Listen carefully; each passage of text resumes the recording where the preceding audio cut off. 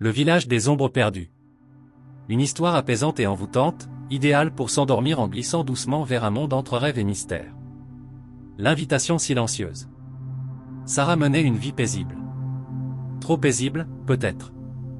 Chaque jour se ressemblait, même réveil, même café sans sucre, même trajet vers le travail. Une existence sans vagues, comme si le temps glissait sans jamais s'arrêter. Mais ce soir-là, quelque chose changea. Sous la porte de son appartement, une enveloppe blanche, silencieuse, l'attendait. Aucun nom, aucune trace d'expéditeur. Juste quelques mots, griffonnés à l'encre sombre. Nous vous attendons. Il est temps de retrouver ce que vous avez perdu. Un frisson la traversa. Qui avait pu lui écrire cela? Le lendemain, une seconde enveloppe était là. Elle était pourtant certaine d'avoir laissé la table vide.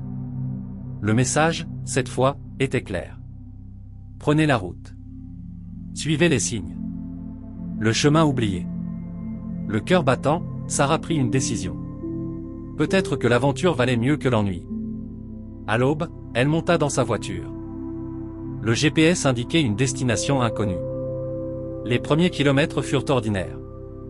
Puis la route changea, les arbres devenaient denses, les panneaux couverts de mousse, un brouillard épais comme du coton enveloppait le paysage. Soudain, le GPS s'éteignit. Un carrefour apparut. Sans réfléchir, Sarah tourna à droite. Un peu plus loin, une vieille femme se tenait sur le bord. Lorsqu'elle passa devant elle, la femme murmura, bien que la voiture soit fermée. « Ne regarde pas en arrière. » Sarah accéléra, les mains tremblantes. Le village figé dans le temps. Après une heure, une arche de pierre se dessina dans la brume. Derrière, un village. Silencieux, ancien, presque hors du temps. Les ruelles pavées brillaient sous de petites lanternes. Au centre, un vieux puits. Aucune voix, aucune trace de modernité. Une femme en robe sombre l'attendait. Elle lui sourit, doucement. « Bienvenue, Sarah. Nous vous attendions. » Les visages du passé.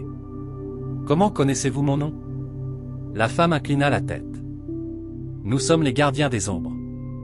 Ici, chaque âme a perdu quelque chose, et vient le retrouver. » Sarah se sentait bizarrement familière avec ce lieu. Puis, dans une ruelle, un vieil homme la fixa. Ses yeux étaient pleins de reconnaissance. Papa. Il était là. Mort depuis 20 ans. Et pourtant là. Le retour des souvenirs. Tout semblait irréel. Le passé, le village, les visages familiers. Et pourtant, au fond d'elle, Sarah savait. Elle était déjà venue ici. Petite, elle avait grandi dans ce village. Mais un soir, elle avait enfreint une règle, elle avait pénétré la forêt interdite.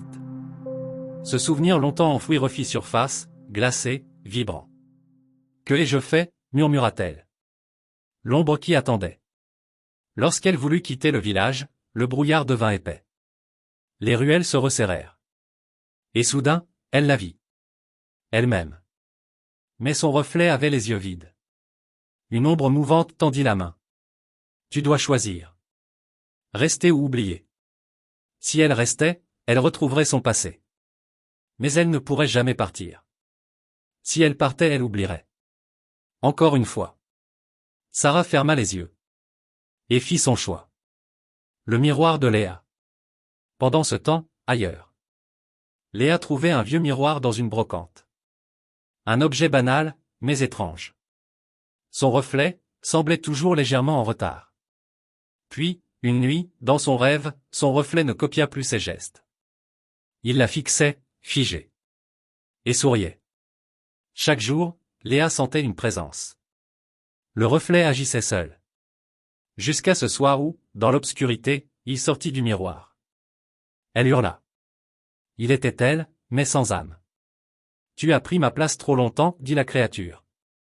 Léa fut entraînée à travers le miroir, prisonnière de l'autre côté, où mille reflets pleuraient en silence. Et son double? Libre. Vivante. Prête à vivre une vie qui ne lui appartenait pas. Et toi, que ferais-tu? Regarderais-tu derrière toi? Ou fermerais-tu les yeux, pour mieux rêver?